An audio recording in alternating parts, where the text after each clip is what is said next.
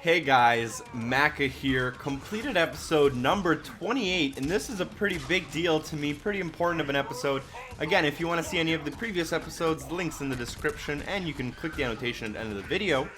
But if you noticed a little bit of a pattern on my completed episodes, I tend to try to do one easy game and then alternate to a hard game and back and forth. The last game I beat, Men in Black, really easy.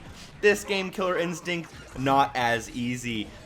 So for those of you who might be new, Completed is basically a series where I talk about a game that I recently completed, I talk to you about the achievements, how long they take, is the game any fun, and stuff like that. So for me, I started the game on January 2nd, 2014, just after the new year, and ended it on February 15th at around 12:55 p.m. The last achievement you see me getting here on screen is for getting 150 fight titles with Glacius. There's actually 7 characters in the game, and all of them have basically the same set of achievements.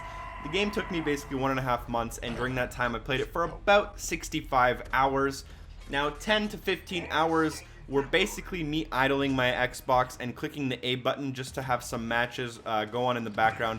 But you will need to devote a lot of time to this game. It has a total of 108 achievements, including its DLC, which spans across 7 characters. And yeah, so I have all the achievements, all 108 of them, so that's great. Achievement difficulty, I'm going to give it a 6 out of 10. All the achievements can be boosted and grinded, but if you're not very good at the game takes longer and longer and longer the more and the less you know about it. So to actually get good at the game, understand its complexity, it is a very complex fighting game. Not to be said that someone who doesn't understand those complex tactics can still play it very easily. But it is a very layered game, and it has a lot of depth you want to learn if you're really going for all those achievements, which is why I give it a 6 out of 10. You will have to win about 140 ranked matches, 20 with each character, so you have to learn all of the characters' moves and be pretty decent with all of them.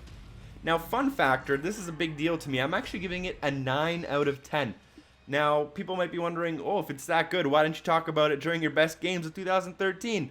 Well, the reason is because I didn't start this game until January 2nd, and it's unfortunate that I didn't. I really love this game. It is one of the only fighting games I've ever enjoyed in my life. Probably Killer Instinct and Dead or Alive 4 are the only 2 fighting games I've ever really enjoyed, and this was my favorite out of those 2. Definitely the best fighting game I've played in a very long time. As I said, there is DLC, which brings the total gamer score available in this game to 1,150.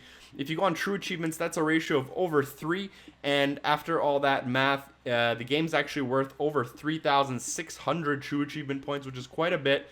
And according to TA, I'll put the link in the description, only 77 people have completed this game out of the around 10,000 people who have played it, which means less than 1% of people have completed it. So I'm pretty proud of that. This is definitely one of the harder games on my gamer card that I've completed. So hopefully you guys respect that. Hopefully I see you in my next episode. As always, I've put the Xbox Achievements Guide link as well as the TA game page in the description below. And hopefully I see you in my next video. Peace.